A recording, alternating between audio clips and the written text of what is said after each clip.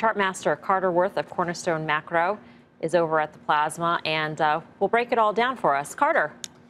Yeah, so my hunch is, and again, a lot of good calls and bad ones are subjective. A hunch, a feeling, and making a judgment. My judgment is that Apple is basically stalling and doesn't have the upside that, let's say, other stocks of its type do.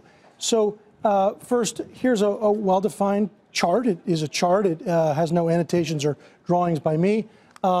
Let's put in some lines. What we know is that Apple, of course, has bounced off trend several times and has responded quite well over and over. So one could say, so what's the issue? It's all about relative performance. So if we keep this same chart on top and we look at relative performance, what we know is that even as Apple has continued, it's not keeping up with the S&P. In fact, if I were to draw the lines this way, what we know is that it's basically, again, up absolute, but making no real progress to the market, meaning as a pick in and of itself, it's just not delivering results. Opportunity cost would have done better elsewhere. If I were to pull this back, in fact, what's so interesting is that Apple's performance actually peaked here in 2012. And some 6 years later, it's made no result relative to the market. Again, yes, it's up. But what is interesting, it keeps getting stuck at this level, relative performance, and seems to be unable to advance. If I were to not do it as a relative, but two comparative lines, consider the following.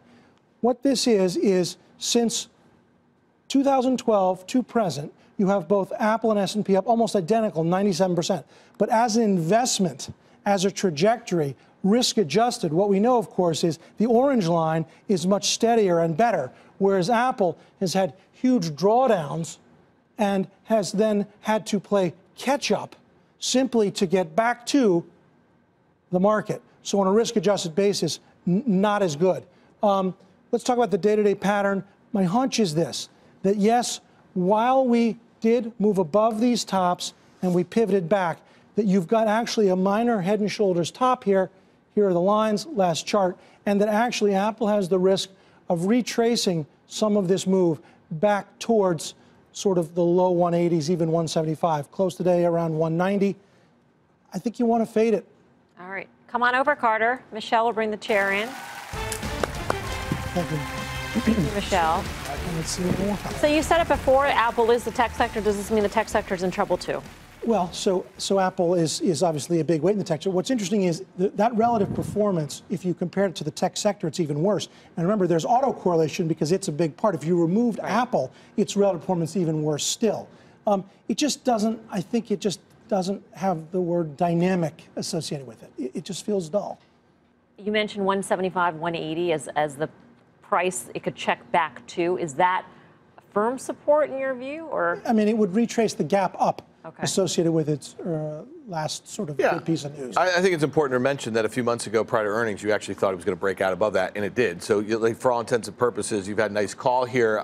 Do you get a little nervous into the September product cycle? I mean, this is a stock that obviously maybe that's what it's kind of basing for as we get into new iPhones in September. So first, that's a nice softball for me, remembering a good call. Second, I don't know anything about product cycles because I'm not in that, right? I'm not in the why, I'm in the what business, and what it looks like, but I'll leave that to you, is that it's stalled. What is the product cycle? Is it going to get better or worse? I look at this. No, I'm asking, is it supposed to be good, this next coming thing? Or? Better hope so. Well, better hope so. Yeah. But Carter, I look at Apple against the triple Qs, and am I doing something wrong here? I mean, I see it outperforming over the last couple of years, and I see it outperforming by 20%. Last couple of years, so, right? But that's the catch-up trade, having basically underperformed so badly. That's totally fair. And you say 2012, you say it kind of peaked. But why isn't it its time now? And this is where we might layer in some financial stuff like also buybacks and accretion and services businesses. Well, but one could maybe say it's their time. You never bet against Apple because of the buyback program alone. It just, in a moment where I think there's going to be some interest in beta, this is the exact opposite of that. It's a low beta sort of safety trade that maybe people will look past as they try to play things like industrials and financials. Pete, does Carter give you pause on Apple? No, not really. I look at the chart, and I look at it as consolidation, but I also look at all the different growth. I mean, I'm going away from where you are. Sure. I'm going away from the technology side of it, and I'm looking at, okay, what does the company actually have? Services, but here's the other one.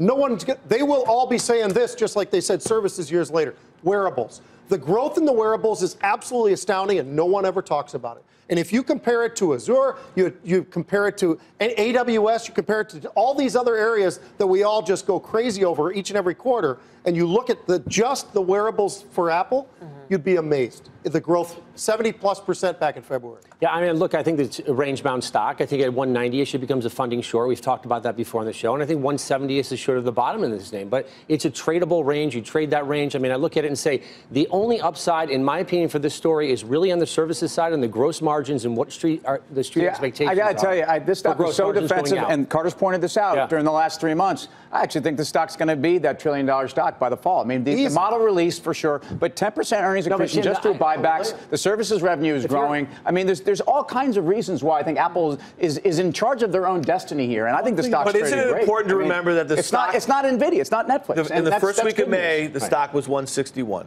okay? And now it's 190. I'm just saying, so you're having lots of opportunities to trade this thing. It did break out, but momentum flags all of a sudden. It did not follow through. The break, I think, was identifiable, but now it seems a little less inspiring. All right. Carter, thanks. Good debate.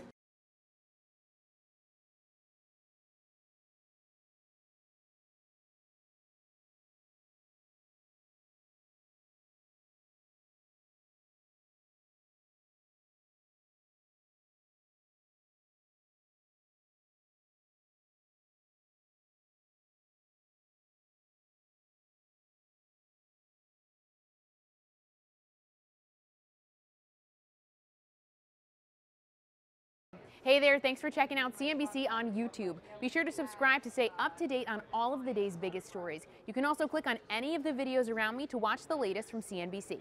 Thanks for watching.